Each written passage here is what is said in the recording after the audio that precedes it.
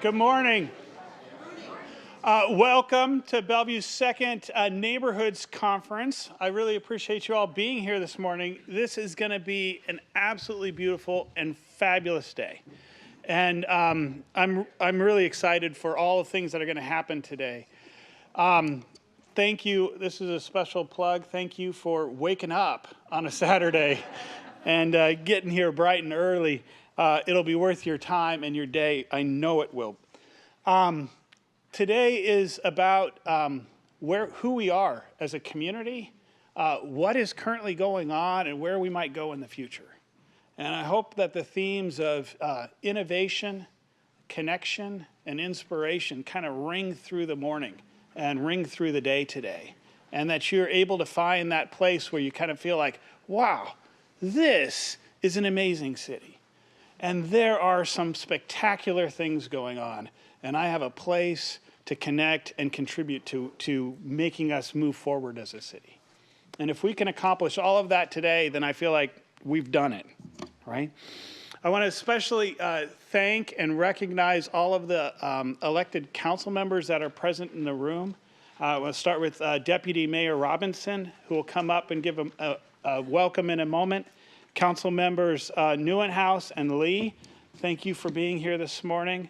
And also recognize from our East Bellevue Community Council, we've got Steve and Hassan also in the room. So thank you for being here this morning.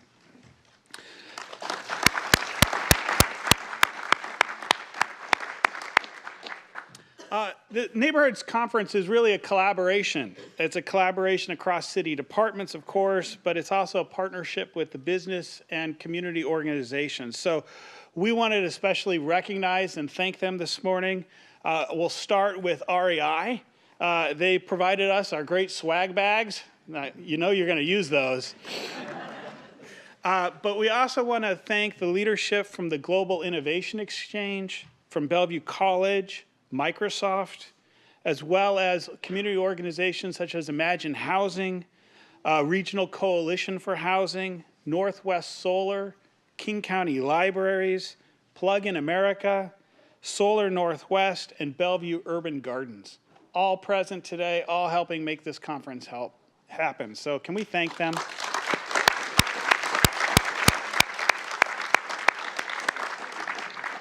I also would be remiss if I didn't recognize the outstanding work of our neighborhood services staff that put this whole thing together and made me sleep better at night knowing all the details were worked out. So can we recognize the Bellevue neighborhood services staff? Can we say thank you?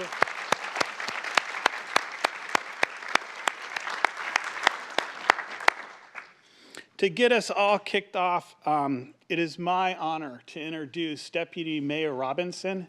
She has served in Bellevue for, I'm going to get the number of years wrong, 5 years. Kind of came up through volunteering and being part of our Parks Commission, and really has a heart for Bellevue's neighborhoods, has a real heart for the community, and knowing that it's our work together as a community that makes everything prosper. So please welcome Deputy Mayor Robinson.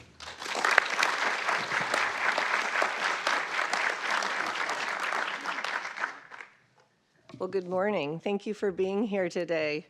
I want to also thank all the staff, the city staff that is here today. I could not believe when I looked at all the name tags how many people who had worked all week were coming here again this morning. So let's give them a hand as well.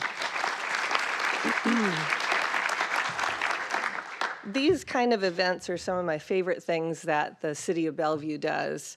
I think that the dedication that you are showing by being here today and learning about the city and the exciting projects that are coming, the initiatives, it's very important to the success of our community, and I thank you for being here. One of the things I really love about Bellevue is it attracts people who have the same kinds of values. People who value excellent public education, high public safety, beautiful parks, trails, and open spaces. And those kinds of people make great neighbors. And I think that's one of the keys to Bellevue's success. But we don't just attract people, we also attract businesses with those values. And these businesses want to be here for the same reasons that we want to be here. And they want to be part of the community. Bellevue attracts businesses that care about the environment, their employee well-being, and creating a legacy in a region that's really just in its infancy right now. And one business that has recently chosen to call Bellevue its home is building an extremely environmentally friendly headquarters in the Spring District right now. They encourage their employees to get to work without a car. They support local recreation and sell some of the best outdoor equipment in the world. They also give back to their communities through an employee community service program and believe that a life outdoors is a life well lived. This company inspired Bellevue to expedite the development of our portion of the East Side Rail Corridor into a public ped bike path extending from Renton through Bellevue to Kirkland by 2020, and ultimately all the way to Redmond and Woodinville. We're thrilled that REI has chosen Bellevue as its new corporate home. That's the kind of company I love to have in Bellevue. I'd now like to introduce Mark Barreca, REI's Government Affairs Director since 2011 and Director of Community Affairs since early 2013. Mark guides REI's engagement in federal, state, and local issues. This includes advocacy on matters that affect retailers in the outdoor recreation sector, such as Main Street business regulation, internet sales, and international trade. He oversees the Co-op's Community Grants Program, which distributes several $1 million to hundreds of local, regional, and national organizations that help sustain and promote the country's inspiring places to play. Before joining REI, Mark served as Technology Policy Advisor to then Secretary of Commerce Gary Locke, and prior to that worked for 12 years of various public policy roles at Microsoft, both in DC and Washington State. He spent the first part of his career as a telecommunications attorney and holds a JD from Georgetown University and a BA from Princeton. Please welcome Mark Barreca from REI. Thank you.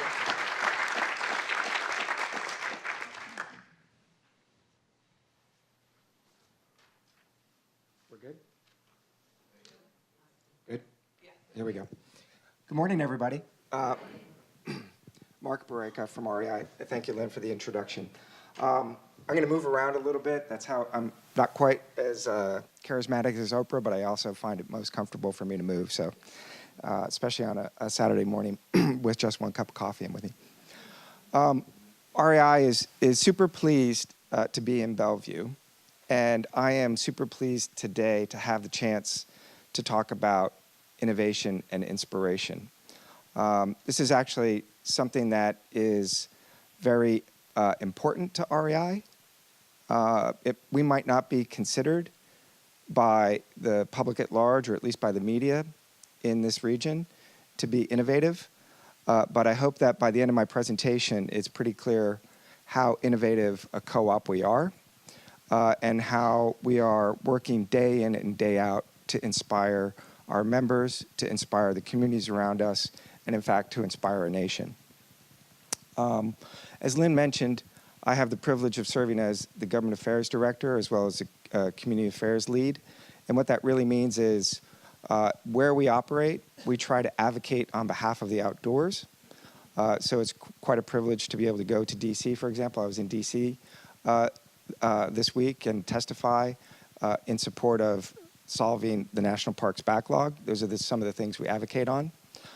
And then also, I oversee our philanthropy, which is quite generous. If you're an REI co-op member, I thank you for your membership. Sometimes in these rooms I ask, who's not a member? Raise your hand.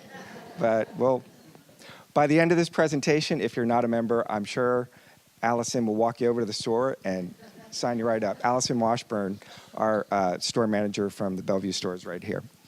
One of the things I think about when innovation comes to mind in the Puget Sound area is, as I mentioned, just how little perhaps is fully appreciated about the breadth and depth of innovation we enjoy here in the Pacific Northwest. I was thinking, driving over today, that, when you approach Chicago from Indiana, you see the John Hancock Tower and you see the Sears Tower. Those are really big presences on the horizon. And if you let yourself drift without thinking, you might assume that those are the most important things about Chicago. And for sure, they are super important. But Chicago is a big city with a variegated terrain and lots happening. Or you could be approaching San Francisco by air, and you could see the Golden Gate Bridge, Coit Tower, and the Transamerica Building. And you could think, those are the three things that matter most to San Francisco. Make no mistake, they matter a lot. But both Chicago and San Francisco are robust ecosystems in and of themselves.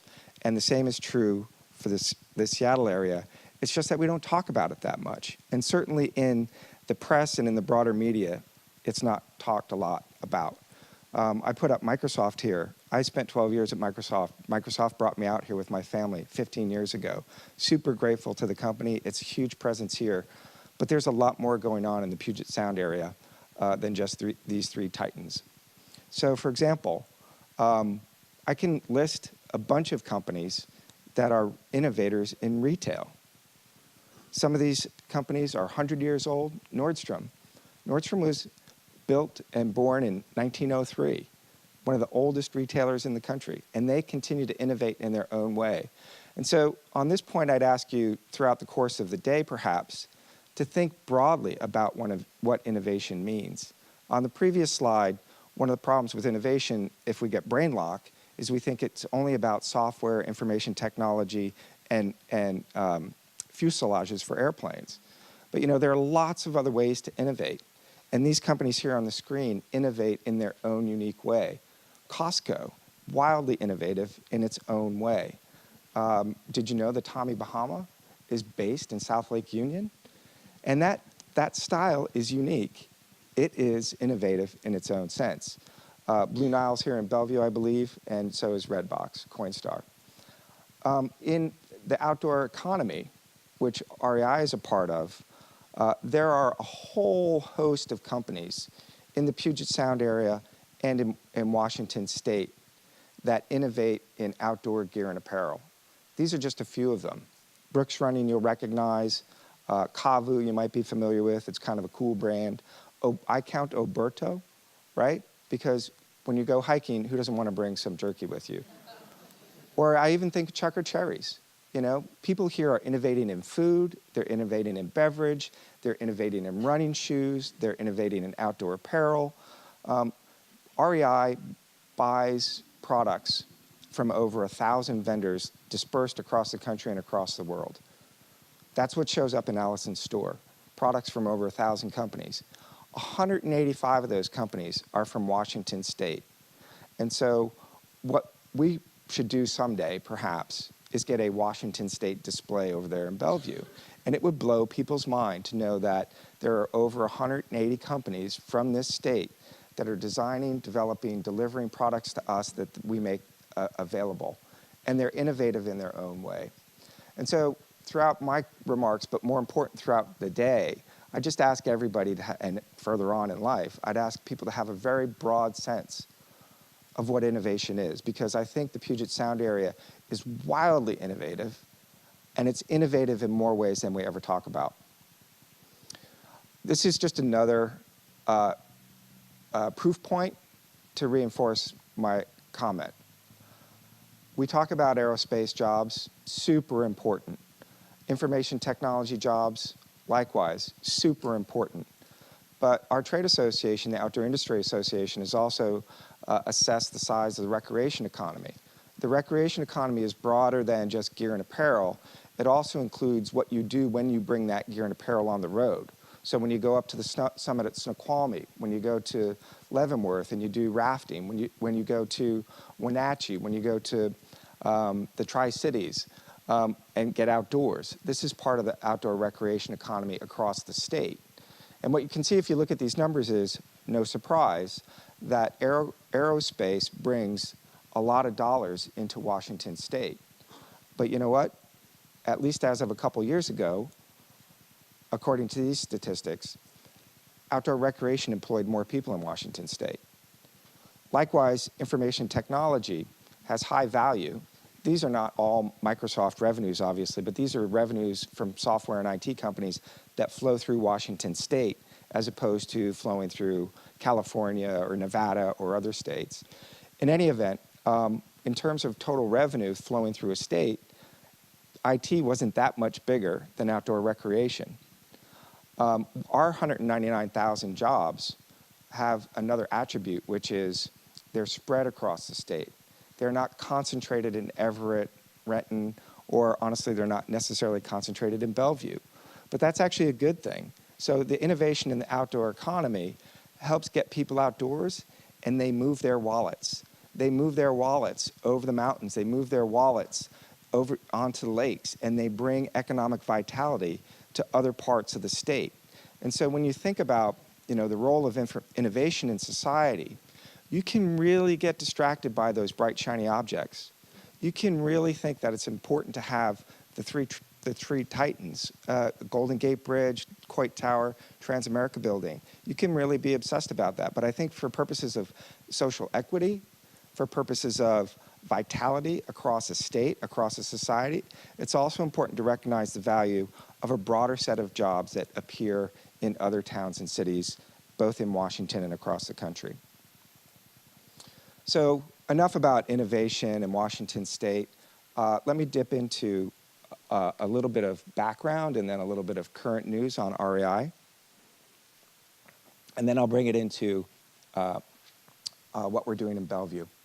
So people are likely familiar that REI started as a co-op in 1938 in Seattle. And so we're in our 80th year. Not many companies make it 80 years. We're very privileged to be at that place. And it started with an ice axe. There was a band of 23 climbers who loved to get out into Mount Rainier National Park, into Olympic National Park, and they couldn't get the best gear, and so they created a buying co-op and got themselves the best European gear they could at the time at the lowest prices. Flash forward, and the co-op has really started to flourish, to blossom. In particular, we expanded fairly rapidly over the 90s, 2000s, and this decade across the country to the point now where we have 150 stores. We're doing our best to stay competitive online. I think we have a really compelling online platform, and we're trying to make it more and more compelling every day. We have 17 million members. That's about 5% of the US population. Now, not all 17 million members cycle through an REI year in, year out, but over the course of time, we have accumulated 17 million co-op members. We do a lot of outings and classes with our members, and we have a pretty robust adventure travel business. In Washington State, we have thousands of employees. The highest concentration will be here in Bellevue. The DC is the distribution center that we have down in Sumner, where we also have our call center. We have 11 stores. This is another great number. 1.5 million REI co-op members across Washington State. And so when I get into certain settings, I like to think that if it's 27% of the adult population, what percentage of voters is that? So it might be fun to try that out sometime. If you're an REI co-op member, maybe we should talk about where we all vote together in support of the outdoors. But what really makes us different as an organization, what's enabled us to grow and thrive over 80 years, is that we are a co-op. We owe no allegiance to other owners besides our members. There's no stock, there's no stock options, there's no scrutiny from Wall Street. We just owe responsibility to our members to keep this healthy enterprise going. And so, because we're a co-op, we also have the privilege of, when I say keep this enterprise going, not just thinking about the enterprise as a business. And this is an innovative thought. So if you're doing a scratch pad of different innovative things, one of the things I believe we're innovative in is pursuing the quadruple bottom line, which is that working in service of our business is one thing, but we also believe it's super important to work on behalf of our employees, our members, and super importantly, on society. As Lynn mentioned, We're a company that believes that a life outdoors is a life well lived. This is a somewhat recent articulation of the company's core purpose. We had a creative team. We actually have an expanding creative team that's having a lot more influence in the direction of the co-op. And they spent a lot of time in what's called our brand lab, thinking about different ways to articulate why. Why does the co-op exist?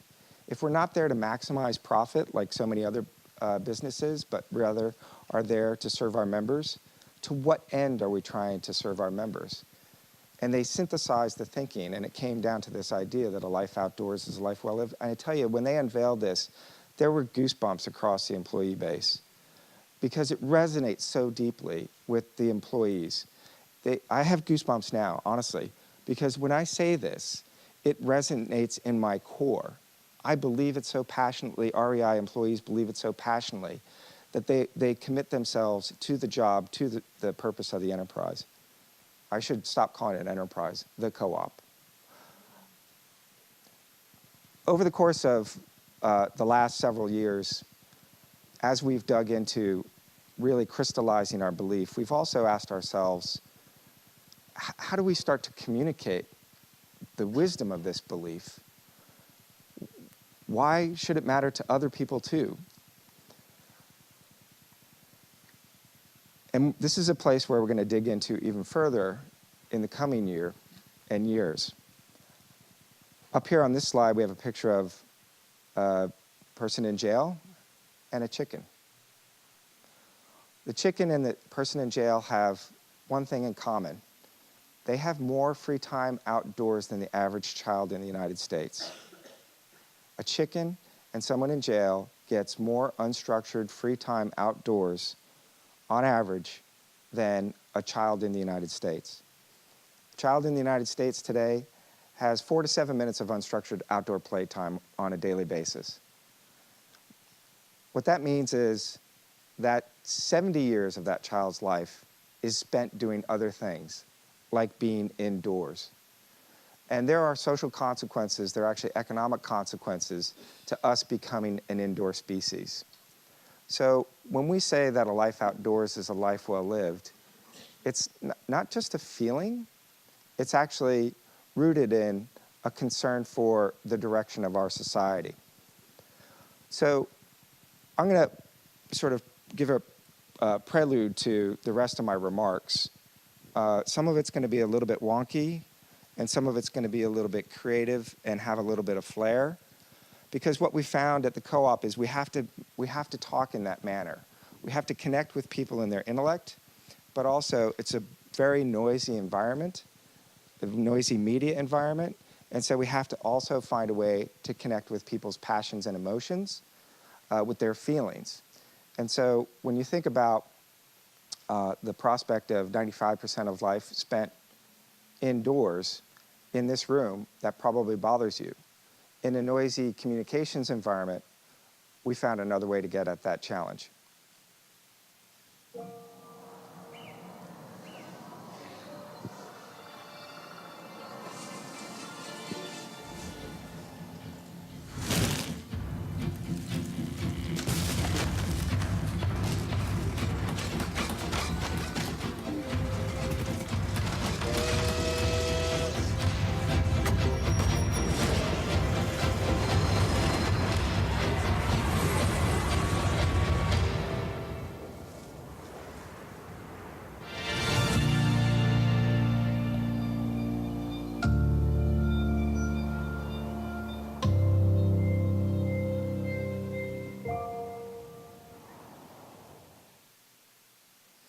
So on this, I would ask that you think of yet another form of innovation. This is an innovation in communication. How do you put into a web environment a compelling piece of communication that drives home a really important social observation? And when we observe on the fact that we're becoming an indoor species, folks like myself, folks like Allison, we actually refine the belief of the co-op a little bit, and we think of it now more as a mission. Our mission is to awaken a lifelong love of the outdoors for all across America. So how are we going to go about doing this? As I just said, we do want to appeal to people's intellect, but also their emotions. I think of that as the steak and the sizzle. The steak is what you chew on, but the sizzle is what attracts you to the steak.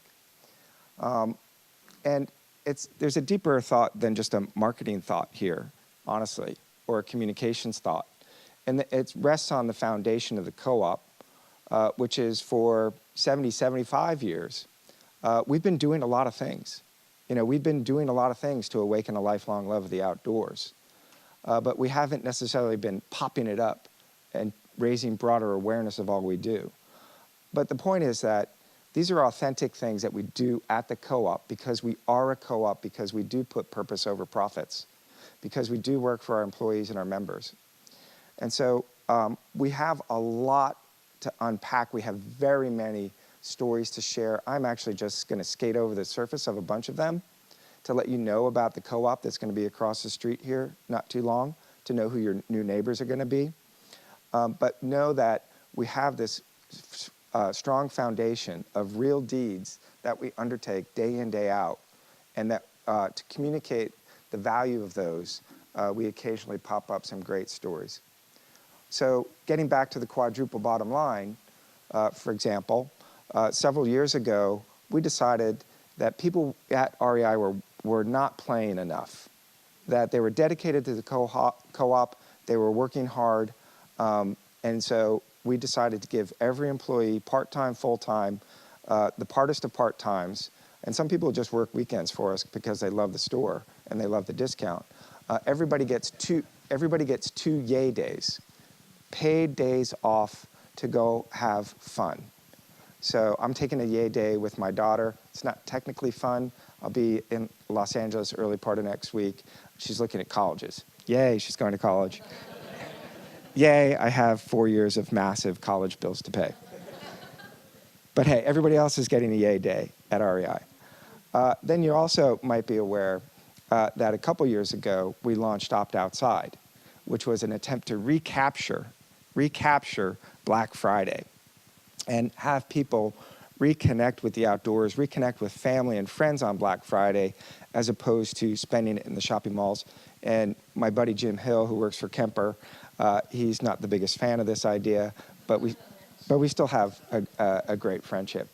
But in any event, Opt Outside was actually rooted in the notion of first servicing the interests of our employees.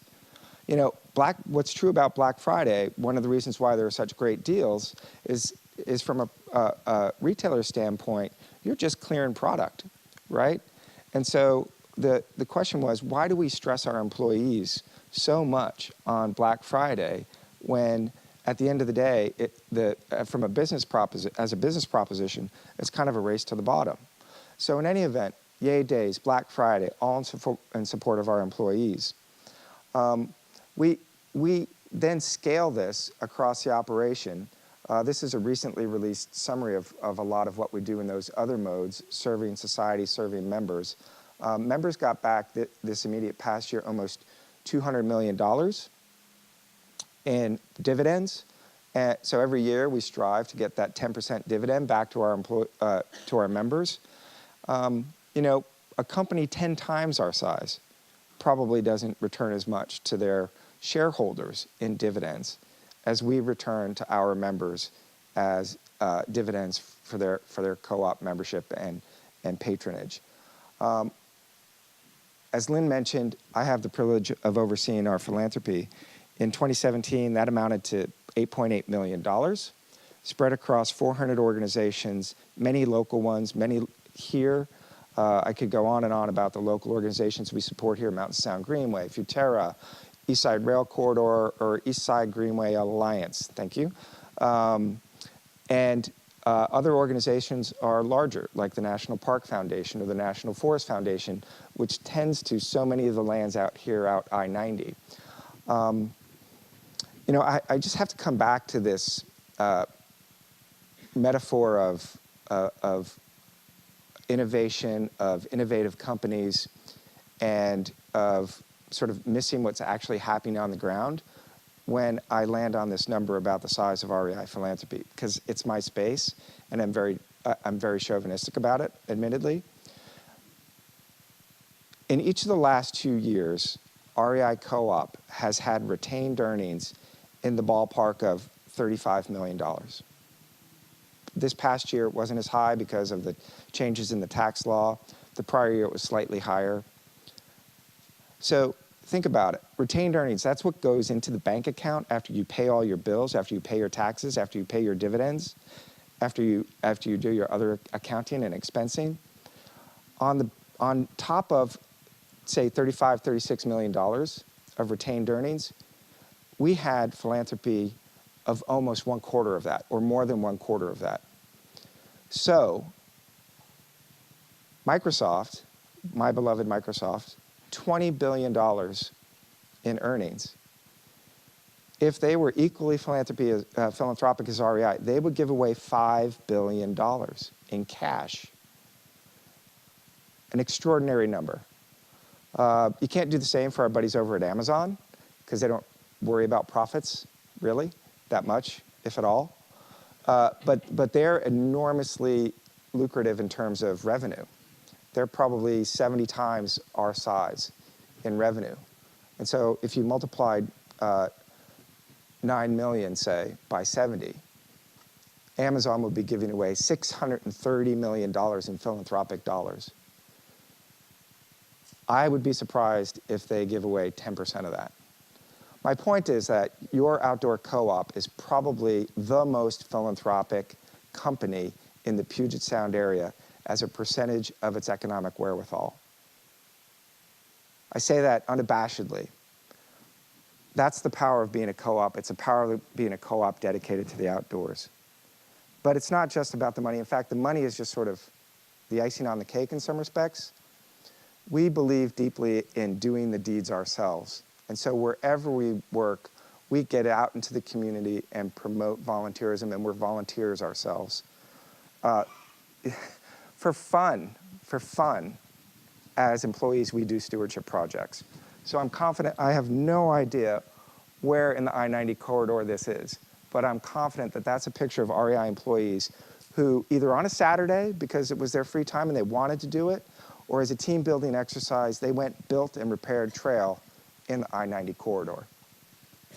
And then these are teammates of ours, Joe Impicoven and Taldi Walter. They're across the street, pulling up a rail on the East Side Rail Corridor. You know, this is what REI employees enjoy doing in the community, working on behalf of the community because they are of the community, they are of the outdoors. And this is just repeated across the country. This is a map of some of the projects that we supported when we stretched ourselves and were major sponsors of the National Park Centennial a couple years ago. So wherever we operate, we move dirt. And we do it with the community, and we love it. I also have the privilege of taking it to the next step, which is, as I said, advocate on behalf of the co-op and on behalf of the interests of the outdoors. And so one of the things we've done in the current environment around the health of the outdoors, the health of the environment, is to really stand up loud and proud and say we love public lands.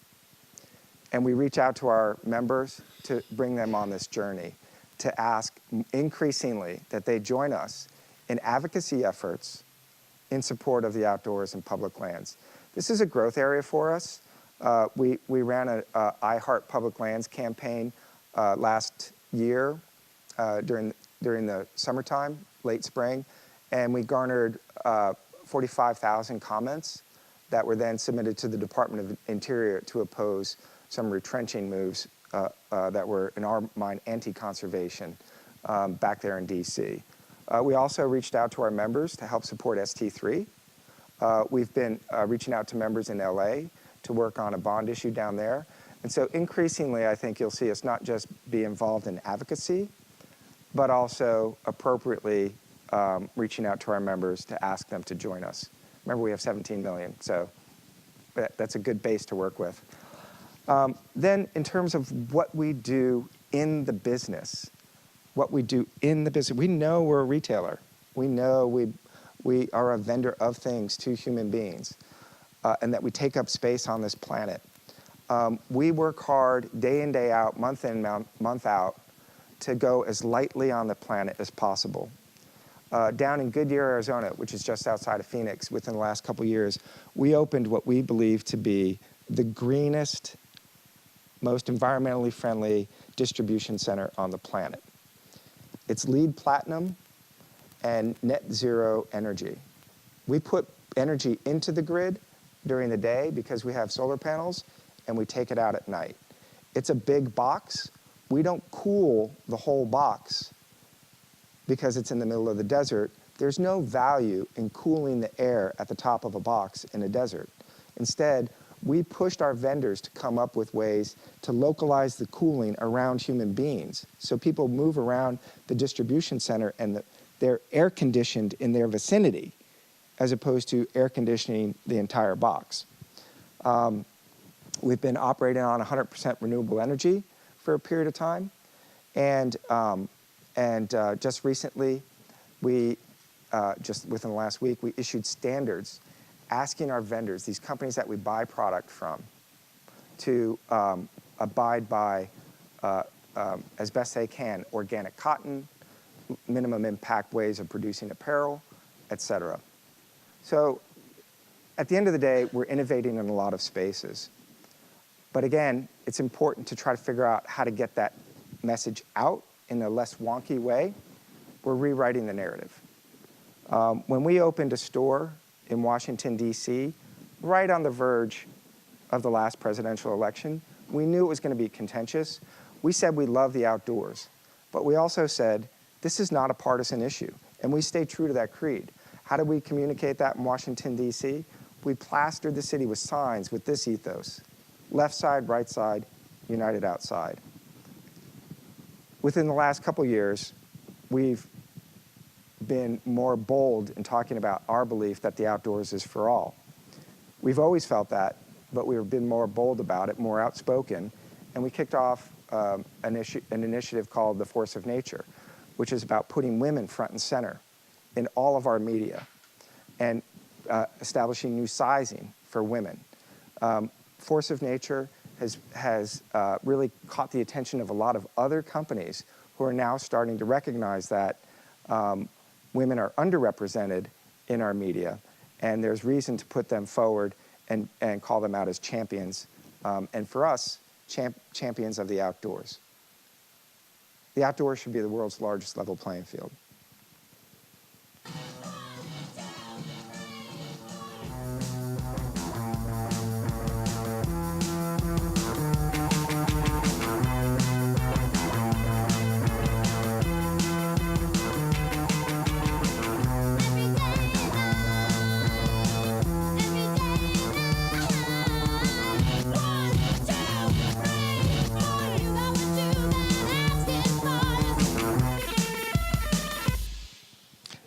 The outdoors should also be cool. So that was the sizzle video from last year's effort at Opt Outside. Opt Outside, it is about awakening the mind. It is an innovative thought. And so our creative people are constantly thinking about how do we do the next Opt Outside better. This next piece actually steps back to year one of Opt Outside, but I think it pulls together a lot of what I've been speaking to. In the news tonight, another Black Friday has arrived. Retailers opening their doors earlier Chaos this year. erupting when someone tried to cut me off. Pushing one another. It was a chaotic scene. No, I thought. Go ahead.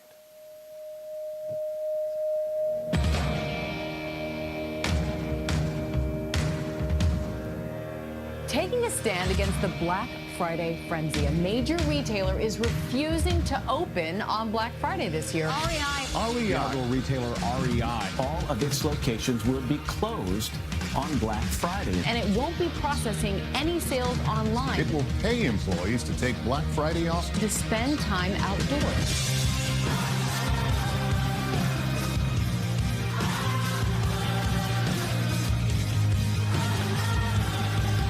This is my first Black Friday off in 27 years.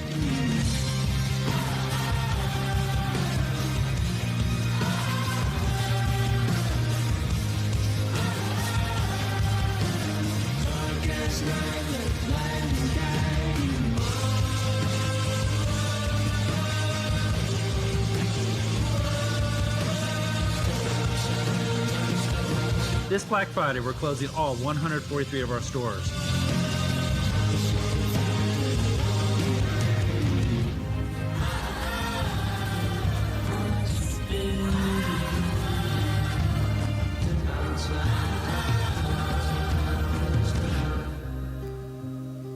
More retailers are joining REI, deciding to close their doors on Black Friday.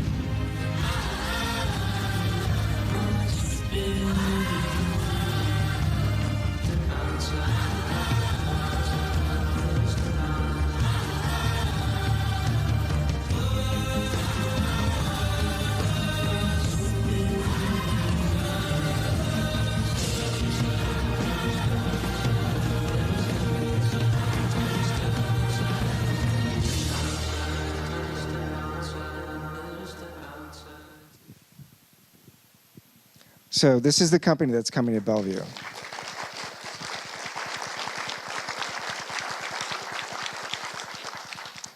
This is an overhead image of what the headquarters will look like. It doesn't do it justice, but this will be a community room which we'll make available to people in the community, not just us, in the off hours. It's important for us to have space for our not-for-profit partners to come and hang out.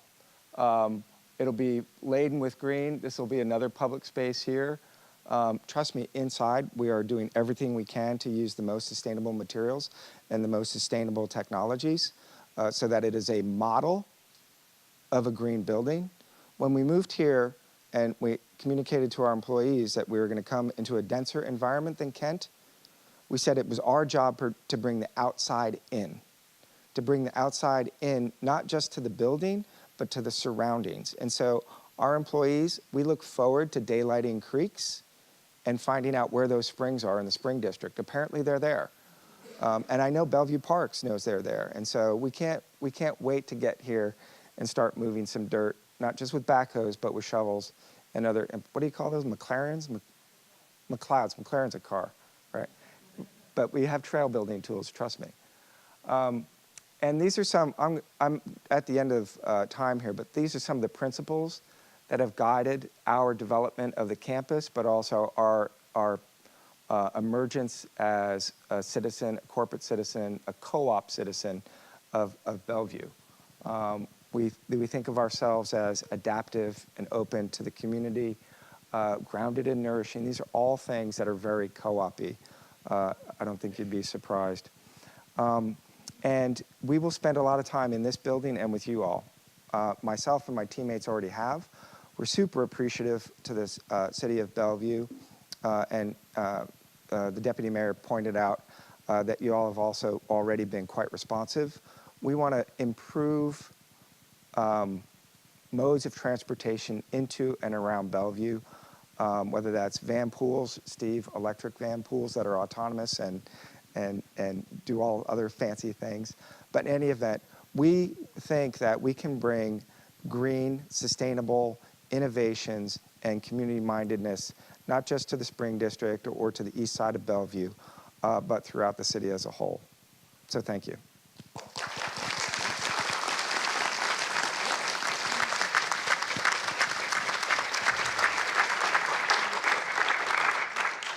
Thank you. I want to thank Mark for being with us today and sharing a little bit about REI's commitment to our Bellevue community and to the values that are important here at the city, our environmental sustainability and commitment to community, and we're looking forward to having REI as a great partner in the city. I'm Julie Ellenhorn. I'm the conference coordinator, and I just want to ask you all for a minute to tell you what you're going to be doing for the rest of the day. Any questions anybody has before we go off to our workshops? Great. Thanks. Have a great day.